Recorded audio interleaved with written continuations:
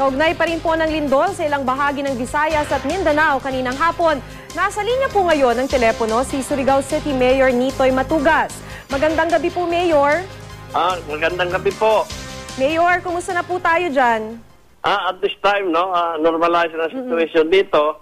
Hindi kagaya yung kanina, yung talagang Malakas po. tinamaan kami ng intensity, almost 6 ata yun. Nagkagulo talaga dito sa lakas, no? First time nangyari dito sa Surigao City. But sa ngayon, wala na, normalized na, no? Tahimik na rin dito. Wala pong aftershocks, Mayor. Nakakaramdam po ba kayo ngayon ng mga aftershocks? Well, actually, naghintay kami kanina, pero wala walang aftershock dito. Walang nangyari pa. I don't know kung hindi natin alam kung later on, no? Pero sana wala na. Mayor, ito pong nakikita nating video ngayon, ito po yata yung dun sa stampede na nangyari sa mall kanina. Kumusta na po yung mga kababayan natin na nasugatan dun sa stampede?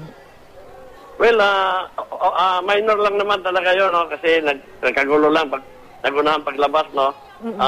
Mga 20 yun sila, nagunahan lang, mga minor. So far naman, wala namang malaking damage, no? Maayos naman ngayon ata sila doon, nasa Caraga Hospital. Okay, mabuti naman po. Maraming salamat po sa inyo, Surigao City Mayor Nitoy Matugas.